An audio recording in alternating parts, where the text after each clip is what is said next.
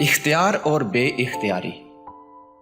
مشہور سائنسدان آئنسٹائن نے طبیعیاتی دنیا کے اصول کو ایک لفظ میں اس طرح بیان کیا ہے: توانائی نہ پیدا کی جا سکتی ہے اور نہ ختم کی جا سکتی ہے، یعنی energy can neither be created nor destroyed. یہ واقعہ خالق کی قدرت کاملہ کا ثبوت ہے۔ انسان موجودہ دنیا کو صرف استعمال کر سکتا ہے، وہ اس کو بدلنے یا اس کو مٹانے پر قادر نہیں۔ اسی سے یہ بات بھی معلوم ہوتی ہے کہ موجودہ دنیا میں انسان کی حیثیت کیا ہے۔ انسان اس دنیا میں مالک کی حیثیت سے نہیں بلکہ صرف تابع کی حیثیت سے ہے۔ اسی صورتحال کو مذہب کی اصطلاح میں امتحان کہا جاتا ہے۔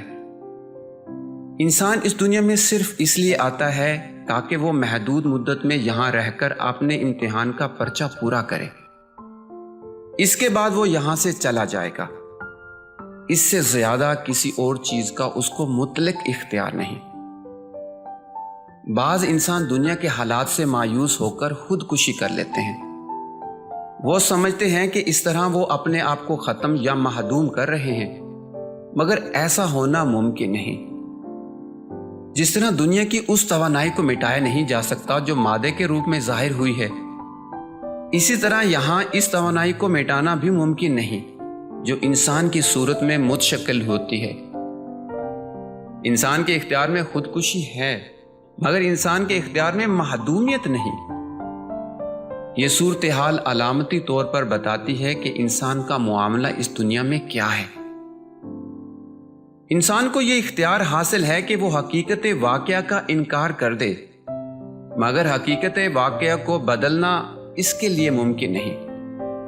انسان کو یہ اختیار ہے کہ وہ سرکشی کرے، مگر سرکشی کے انجام سے اپنے آپ کو بچانا اس کے لیے ممکن نہیں۔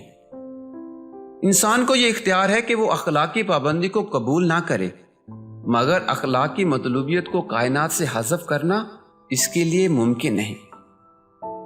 انسان کو یہ اختیار ہے کہ وہ جو چاہے کرے، مگر اس کو یہ اختیار نہیں کہ اپنے چاہنے ہی کو وہ اس معیاری اصول کی حیثیت دے دے جس کے مطابق بالآخر تمام انسانوں کا فیصلہ کیا جانے والا ہے۔